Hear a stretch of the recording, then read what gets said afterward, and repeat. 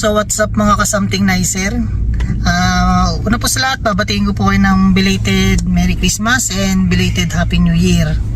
So matagal din po ulit tayo hindi nakagawa ng video dahil alam niyo naman po pagdadaanan ng something nicer. Meron tayong inuuna kaysa sa paggawa natin ng video or pag-share ng ating video.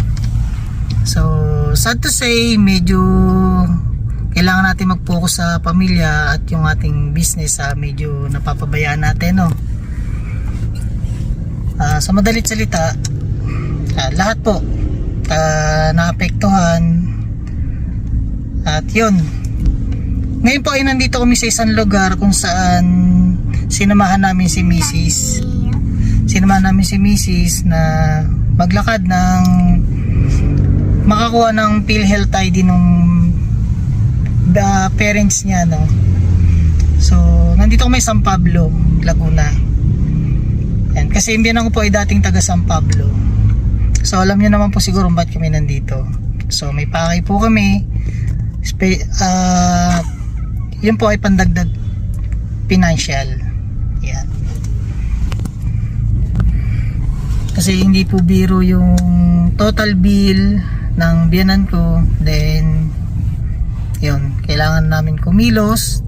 At yun po, no, hindi po sapat yung, sa madalit salita, hindi po sapat yung sinusweldo namin mag-asawa plus yung ating kino-content. Kumikita rin po yan, hindi po siya naging sapat. At talagang ganito po pala talaga kamahal lang ang mga gastusin, lalo na po ang pagpapa-hospital. So ang share ko lang po sa inyo, bukod sa nandito po kami, anong oras na po? Mag-aalas 6, 7 minutes, mag-aalas 6 ng hapon. Nandito pa rin po kami sa San Pablo, no, nag-aasikaso. Then yung misis ko po, pagod na po yun dahil siya po ay lumakad. Tapos kami po, dahil ang mga pinupuntahan po namin walang parking, so naiiwan po ako sa van. Then kasama ni Sam. What's up mga ka-something nicer? Tapos si Mrs. ang lumakad. Pero sinasamahan naman namin. Pagdating dun sa pupuntahan, siya nang bahala. At yun po, bawal po magkasakit. Paalala lang ng something nicer, hindi po biro ang magkasakit ngayon dahil kahit anong sikap po natin, kahit anong sino po natin sa pag-iipon, sa pagkayod, isang sakit lang ang katapat, lagas lahat ng paghihirapan mo, lalo na kung hindi mo ito maagapan. Kaya doon po sa mga walang pagkukunan, siguro po kailangan nyo na rin tulungan yung sarili nyo, kasi isa sa mga maapektuhan yan, mga anak natin. Nulit ko po, hindi po sapat ang ipon lang at kayod lang. Kami po ay triple kayod, pero ito po, kailangan pa rin po namin ng tulong para hindi maapekto ng aming anak. Kasi kung kami po ay magpapabaya, lalo na hindi kami magtutulungan, mga anak po natin na maapektuhan.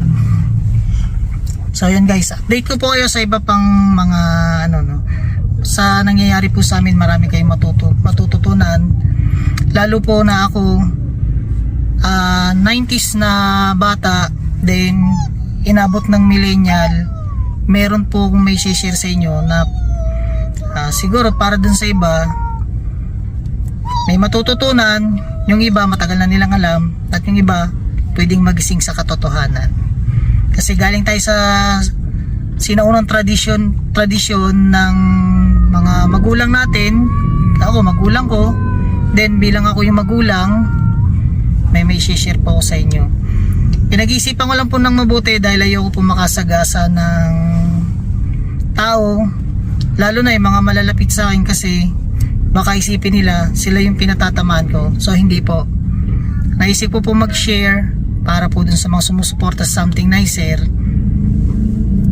na meron po kayong matututunan pag-isipan ko po muna, hindi mahirap pong sabihin, pero kailangan po pag-isipan ng 100 times na kung may masagasaan man tayo, hindi nila maramdaman na intentional yung ating gagawing video.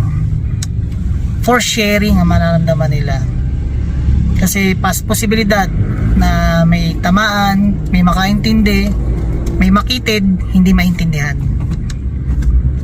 Yun. Pero mas okay yun para mabash ako dito. Alam niyo man, pag basher, alam niya, doon tayo makikilala pag may nag-bash.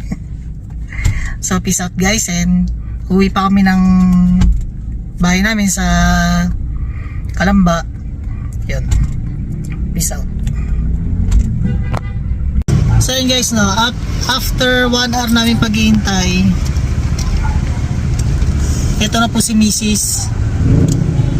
So kinaon ko po yung kahapon para lang sa pag-aasikaso ng PhilHealth ID ng biyanan ko. Nakatunayan taga rito siya dati. So yan, sinamahan natin. Nasimulat sa po naman, hindi natin pinababayaan yung miss ko. So gaya na sinabi ko po, misis ko po yung nag-aasikaso. Kaya nakakaawa po kung pababayaan pa natin dahil siya na po lahat ng lumalakad. So may tutulong natin, ipag-drive siya kaysa sumabak sa pagbabiyahe. Kaya ito, babalik lang po. So talagang ganyan, sabi nga, kaya niyang tiisin para sa parents niya. And sabi ko, sasamahan ko siya, hindi ko siya pababayaan. Sasama ko, tutulungan ko rin siya. So ngayon po, pahinga lang kami guys. Then, yun, kakain po muna kami na tinatinapay na nabili namin. Kasi sa sobrang tagal po ng paghihintay or sa tagal ng mga paglalakad and traffic pa yung papunta dito sa San Pablo, talagang lipas gutom po guys. No? Kaya, update ko po ulit kayo sa mga nangyayari kay Something Nicer. Bakit po wala tayong in-upload na video or sinishare na video sa small business. Sa small business natin medyo napatigil na po, no? Yan. So peace out guys, and sana makabalik kami ng maayos ng pamilya ko sa Kalamba. Peace out.